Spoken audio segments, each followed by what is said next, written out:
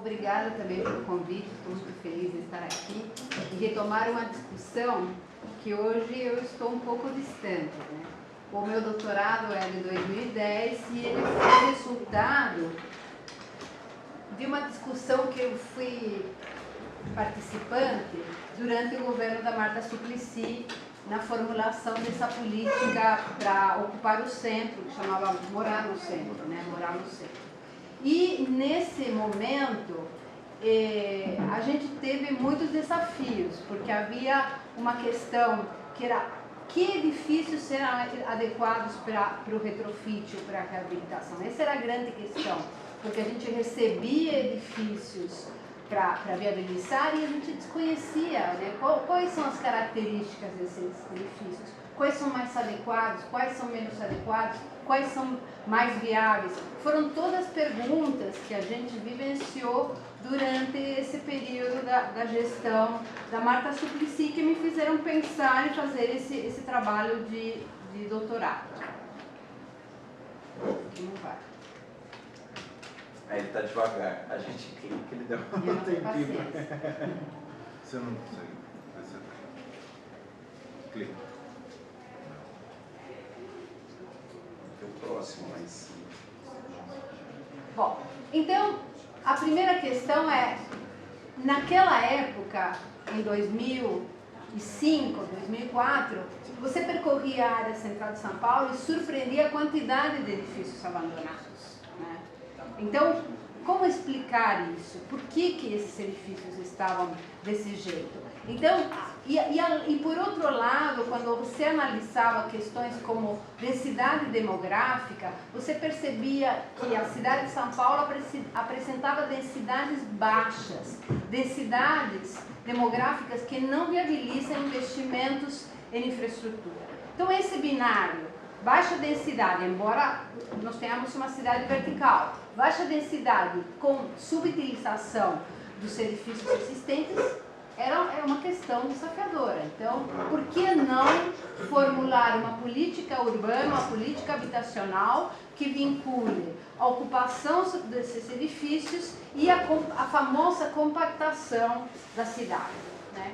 Então, a partir dessas duas questões, eu formulei o meu objeto de estudo. Na verdade, eu cheguei à conclusão que os edifícios que apresentavam o maior desafio para a sua ocupação eram aqueles construídos até 45. Por quê? Porque esses edifícios foram experiências únicas, cada edifício foi uma experiência única do ponto de vista tecnológico. Naquele momento, não havia conhecimento sobre concreto, não havia conhecimento sobre fundações, então eram todos testes, né? Cada edifício vertical era uma experiência, um teste. E por outro lado, a maior parte desses edifícios dessa época, eles são edifícios destinados a escritórios ou hotéis. E, portanto, eles são totalmente inadequados ao mercado atual. Se hoje a gente vai procurar um escritório, a gente tem um escritório num edifício de planta livre, sem grande fragmentação de espaço. E o que a gente vê nesses edifícios? Uma enorme fragmentação do espaço, porque era essa forma de trabalho, eram pequenas salas, uma série de pequenas salas, com um banheiro na extremidade, um banheiro por andar. Então, quando você quer usar esse edifício para reabilitar, para habitação, né, você tem que inserir muitas prumadas de água, porque para cada unidade você precisa de um banheiro, uma cozinha. Então, isso começava a ser um mega problema, porque aí na hora que você precisa entrar com prumadas hidráulicas, você precisa ter um mínimo de pé direito, você precisa furar lajes, todos os problemas que o pessoal da Integra teve nas primeiras experiências. E isso acabava criando ou problemas de estrutura ou encarecendo demais a intervenção. Então, esses edifícios, por terem essas características e por estarem totalmente fora do mercado, eles constituíam e constituem ainda o principal entrave para a requalificação do centro e para o uso desses edifícios para a produção habitacional. Então, aqui o universo que eu trabalhei, esse universo de edifícios entre 1902 e 45, totalizam 354 prédios, essa totalidade de edifícios localizados na SEI República, construídos entre 1912 e 1945. Como eu cheguei a esse número? Bom, consultando o cadastro da Prefeitura TPCL, cadastro de elevadores, aqui o cadastro de edifícios que tem aqui na Biblioteca da FAO, enfim, eu consultei vários cadastros e cheguei a essa listagem. A própria professora Nádia Somek já fez um trabalho sobre a verticalização na área central e ela também chega ao número, eu sei o levantamento dela, e no final constitui essa listagem de 354 unidades. Esses edifícios foram vistoriados em 2007 e depois em 2008 para verificar se eles apresentavam subutilização. E a conclusão que eu cheguei naquela época era que 50% desses edifícios apresentavam alguma manifestação de subutilização.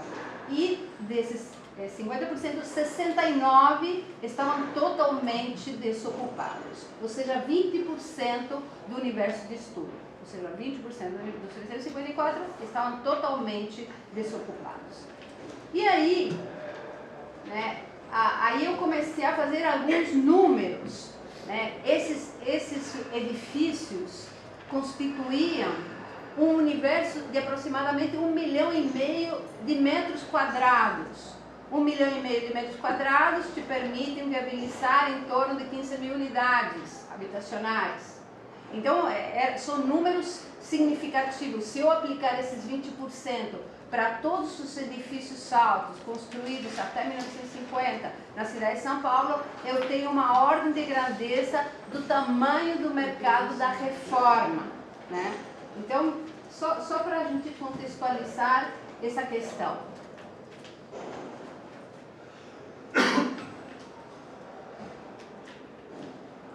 Vou demorar um pouco, passa. Bom, então quais são as características desses edifícios construídos entre 1912 e 1945? Elas predominam, 75% delas são destinados ao uso não residencial, uso comercial, serviços e hotel. O coeficiente de aproveitamento dessas edificações gira em torno de 7. Né? São edificações que usam ao máximo o terreno. Como eles chegavam a 7? Porque até 54, o coeficiente de aproveitamento não era um indicador regulado pela prefeitura. Né? Havia outros parâmetros para construir. Você podia construir quantas vezes você quisesse a área do terreno, mas pautado pelo gabarito da edificação, em função da largura da rua. Essa era a forma de você determinar a quantidade de metros quadrados que você poderia construir num terreno, e não o coeficiente de aproveitamento. Então você vai encontrar Copan, coeficiente de aproveitamento 23, e assim vai. Né? Outra característica era que cada edifício constituía uma experiência de engenharia civil, porque havia desconhecimento de cálculo de concreto armado, mecânica de solos, resistência dos materiais. Tudo isso são ciências novas, de 40 para cá. Nesse momento, tudo isso era desconhecido, então cada edifício era um experimento único. E outra característica desses edifícios era que o registro imobiliário estava numa única matrícula. Então ele pertencia a uma única família. Né? Então eu não posso comprar apartamentos isolados, tinha que comprar o edifício inteiro. Né? Isso é outra característica da construção dessa época. Por quê? Porque esses edifícios verticais eram empreendimentos associados aos capitais da agricultura, da agropecuária. Esse pessoal tirava dinheiro da agropecuária e investia no mercado imobiliário, e uma família produzia um edifício e com isso se sustentava pelo resto dos dias, alugando, né, vendendo, em geral alugando nessa época.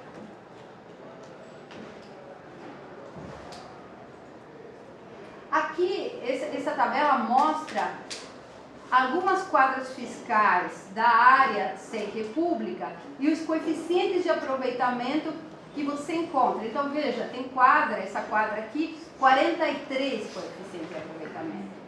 Tem quadro 43, 39, 37. Então, um aproveitamento, né, da terra de uma forma que a gente não consegue mais, né, experimentar. Então, isso é uma coisa para se pensar também.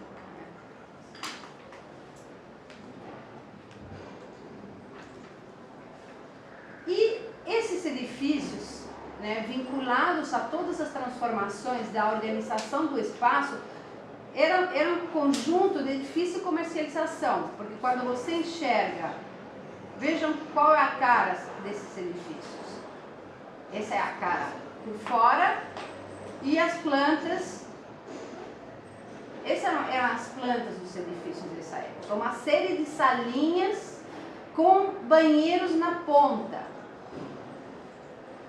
Vejam aqui uma série de salinhas e aqui os banheiros na área central. Então, na hora que eu transformo essa planta em residência, eu tenho um entrave enorme de inserir banheiros em cada ponto. E o que significa inserir banheiros? Que eu tenho que furar a laje, passar a tubulação, né? Um problema do ponto de vista construtivo.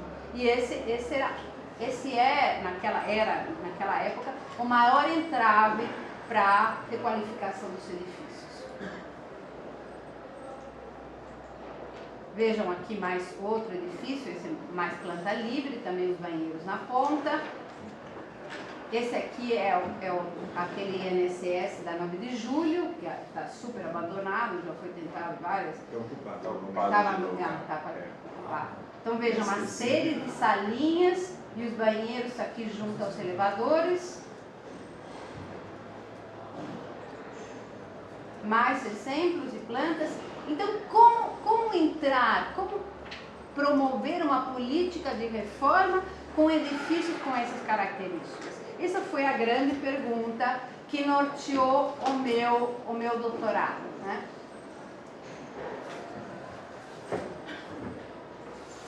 E aí, a questão central desses edifícios é entrar com novas plumadas de água e esgoto, né?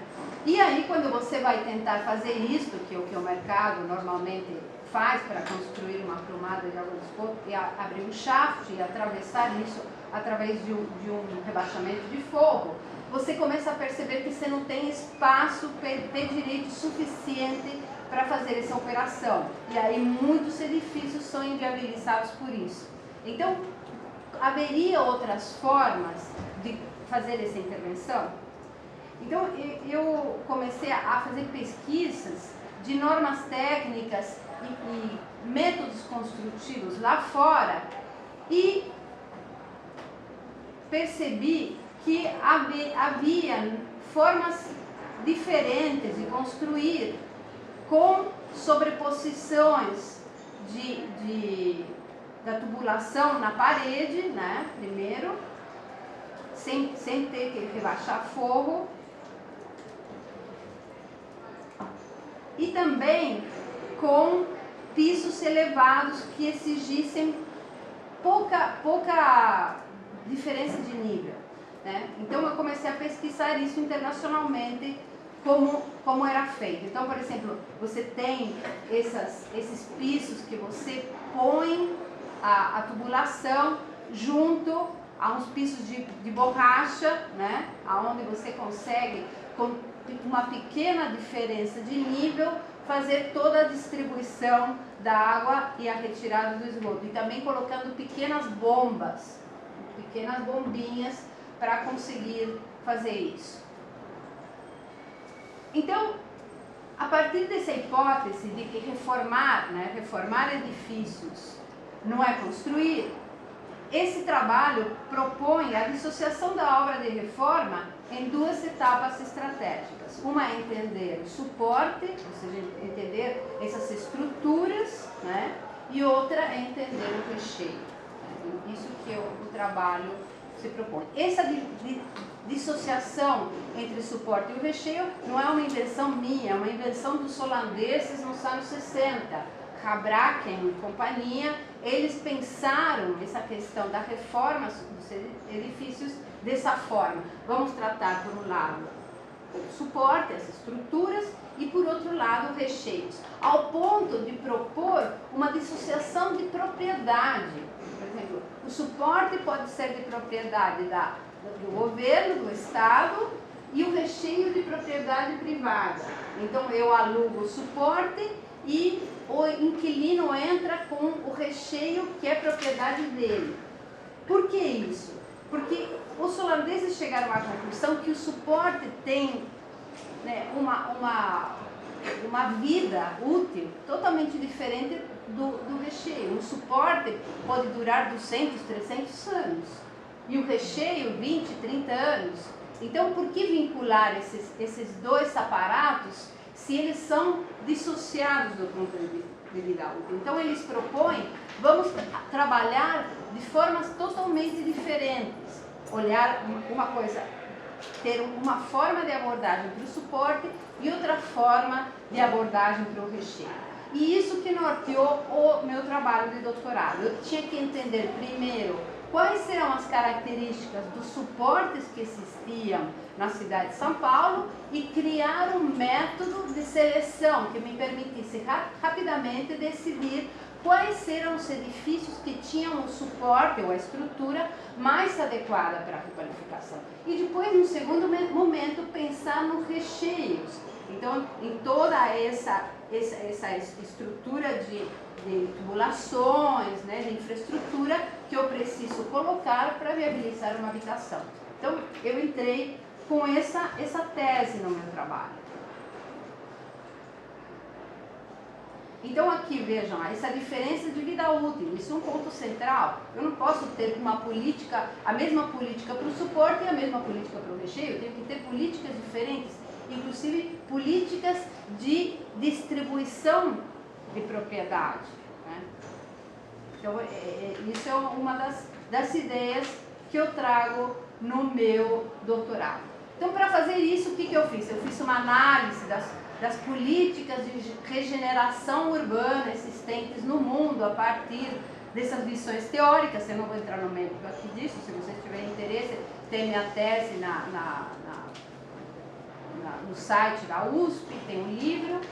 Depois eu entrei com outra abordagem sobre as questões de adensamento urbano e as possibilidades que o retrofit pode trazer para a compactação da cidade, para o aumento das densidades. Então, tem um capítulo exclusivo sobre compactação urbana. E depois, essas duas abordagens sobre conhecimento dos suportes e conhecimento dos recheios, que vai ser o que eu vou tratar aqui neste seminário. Então, a primeira questão para entender esses suportes é saber quais são as regras básicas que nortearam a concepção do espaço desses edifícios. Há regras, há uma classificação tipológica.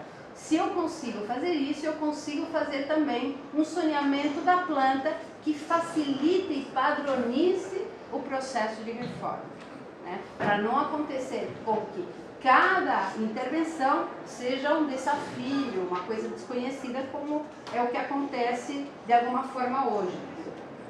Naquela época era assim. Então vejam, fazendo algumas análises, eu cheguei a esta caracterização desse universo de 354 edifícios. Predomina a tipologia H. Isso é super importante, predomina a tipologia H. A tipologia H já te dá uma configuração de planta onde você pode ter decisões estratégicas.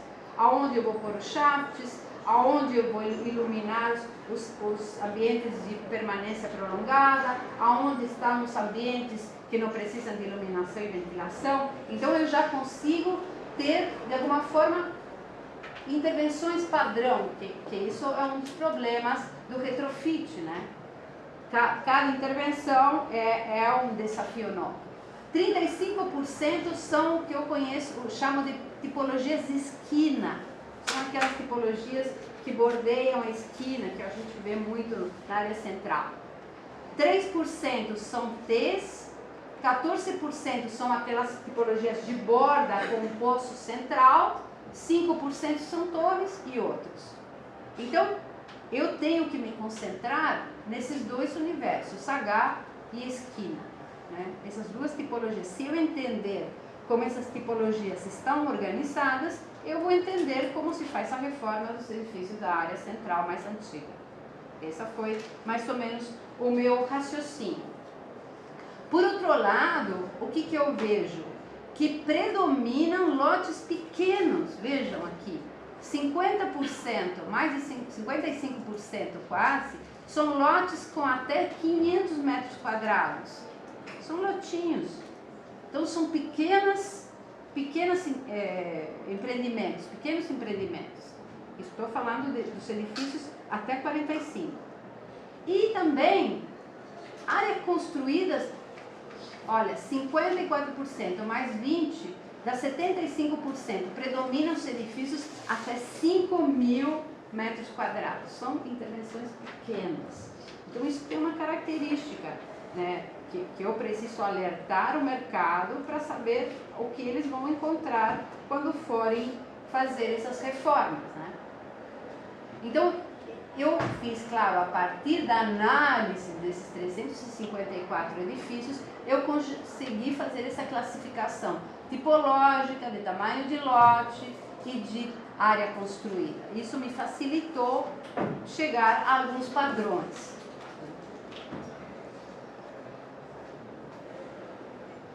Então vejam aqui algumas características. Predominam os edifícios comerciais novos, edifícios não residenciais, 60%. 54% dos edifícios estão em lotes inferiores, situados em lotes inferiores a 500 metros quadrados. São pequenos empreendimentos. A maioria apresenta um coeficiente de aproveitamento superior a 7 vezes a área do lote. Então são empreendimentos super eficientes do ponto de vista do consumo de terra. Os edifícios são pequenos e predominam aqueles com área inferior a 3.000 metros quadrados, né? E também predomina a tipologia H. Com essas características eu consigo formular uma política de reforma. É isso que é, de alguma forma, a minha tese, né? Se eu tiver padrões para enfrentar essas características de edifícios, eu não preciso tratar cada edifício como se fosse uma experiência única. Eu consigo ter padrões de intervenção, que é o que toda política quer ter, né? Então vejam, aqui é a cara das tipologias que eu encontro no centro. Essas aqui são as tipologias NH, né? Todas muito parecidas. Essa tipologia H, ela é usada tanto para edifícios residenciais como para edifícios não residenciais. Então, aqui eu tenho um edifício de salas. Então, vejam, um monte de salinhas e os banheiros junto aos elevadores aqui nesse bloco central. Então, eu tenho iluminação frontal e iluminação de fundos. E aqui tenho 2 poços de iluminação que também fazem de alguma forma essa ventilação. E também tenho nessa tipologia H unidades residenciais. Unidades residenciais que basicamente tem a sala, o quarto e a parte de serviços aqui para trás. E essa é a característica de todos os edifícios na área central. Outra tipologia que predomina são essas denominadas, né, esquina, né? São esses edifícios de esquina total e esquina parcial. Então esses edifícios de esquina têm outras características, são mais difíceis de intervenção, né? De propor uma intervenção padronizada. Mas a gente poderia também criar um padrão de como intervir nesses edifícios de esquina e nesses edifícios de esquina parcial. Já os edifícios que têm poço central, né, de iluminação, são mais difíceis, porque você tem aqui um fundo que não vai ter quase acesso à iluminação e ventilação. Mas o legal é que a maioria dos edifícios desse período se concentram nessas duas tipologias. Outra coisa que eu fiz foi entender, né, a estrutura, entender como eram as fundações, como era a questão da altura dos edifícios, como era e a questão da ocupação do lote a partir do entendimento da legislação, como ela foi evoluindo. Né? Eu tinha que saber minimamente quais eram as regras que pautavam aquele tipo de construção. Então eu comecei a ver que, por exemplo, edifícios não residenciais podiam ter um pé direito inferior a 3 metros. Você podia ter salas com um pé direito de 2,70. Isso já restringia você passar instalações. Então eu comecei já a antever os problemas que você teria quando encontrasse esse tipo de edifícios. A tese fez isso também. E aí, quando eu entendi os suportes, eu analisei a fundação, a estrutura, número de andares, pé direito, instalações prediais, como era a circulação vertical e horizontal, a iluminação e ventilação. Este trabalho de análise de suportes a gente fez aqui no Procentro, né, no governo da Marta Suplicy. Então eu liderei esse trabalho, né, no Procentro, para a gente entender minimamente qual era a característica dessas edificações, para a gente poder decidir, esse edifício me interessa, esse não me interessa, porque senão eu tinha um universo totalmente desconhecido que eu não conseguia, né, discernir qual era melhor, qual não era melhor, qual era pior. Então, este trabalho de entendimento dos suportes foi feito no âmbito da consultoria e do trabalho que eu desenvolvi junto ao Procentro na gestão da Marta Suplicy. E aí a gente fez meio que um roteiro de questões que a gente tinha que olhar toda vez que alguém nos oferecia um prédio. Porque como funcionava? A prefeitura recebia ofertas do mercado de prédios. Vocês não querem comprar esse edifício? E aí a prefeitura não sabia, será que vale a pena eu comprar? Será que vale a pena eu receber esse edifício? E aí nós tínhamos que criar um procedimento para entender, esse serve, esse não serve. Então foi criado um roteiro de análise, onde se verificava o tipo e o estado da construção, né? Principalmente aqui a gente olhava o uso, o tipo de fundação, que essa é uma variável central. Se eu tenho fundações rasos, eu vou ter um limitador para o tipo de intervenção. E o que mais nos surpreendeu naquela época é que até 45 predominavam os edifícios com fundações rasas, porque havia um total desconhecimento nessa ciência de fundações. Então predominavam edifícios de fundações rasas. E aí quando você tem um edifício de fundação rasa, será que essa fundação suporta um acréscimo de sobrecarga? E se eu tenho um predomínio de edifícios não residenciais e eu tenho que inserir reservação de água, que é uma questão que naquela época você não tinha, reservação de água para fazer um monte de banheiros, você vai adicionar uma sobrecarga que eu não sei se o edifício aguenta. Então essa era uma variável central na decisão, esse edifício serve ou esse edifício não serve. Outra questão era entender, né, qual que era a complexidade da intervenção a partir da análise da metragem linear que eu precisava construir de paredes. E vinculava a metragem linear a entender qual era a sobrecarga dessas paredes. O edifício aguenta essa nova sobrecarga? Verificar o vão, né, a malha estrutural, predominam edifícios com malhas que não passam de 5 metros, né, de 3 a 5 metros de vão, né? E você também ver qual que era o partido adotado para soluções de instalações. Esses eram aspectos que a gente analisava para poder decidir se aquele edifício ofertado pelo mercado valia a pena receber ou não. Também se analisava a qualidade do produto arquitetônico que resultaria da reforma e, claro, os custos. Isso foi um roteiro que o Procentro criou para decidir se o edifício era adequado ou inadequado para a reforma.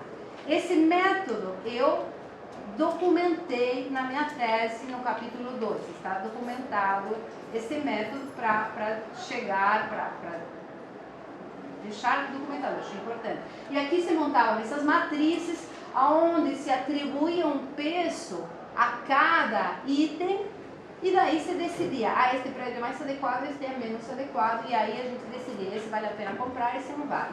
Então essa foi a forma de decidir, de criar um diagnóstico rápido dos edifícios que existiam no mercado, para saber se eles valeriam a pena reformar ou não valeriam. Entendem isso? Isso foi um trabalho muito interessante feito na época. Foi feito também um seminário de trocas de experiências nessa época, aonde eu tive uma bela surpresa de saber que na França os métodos de seleção de edifícios para retrofit eram muito similares. Então, a partir de tentativa e erro, a gente tinha chegado a uma construção muito similar que os franceses já usavam fazia muito tempo, né? Então, foi uma felicidade isso para todos nós.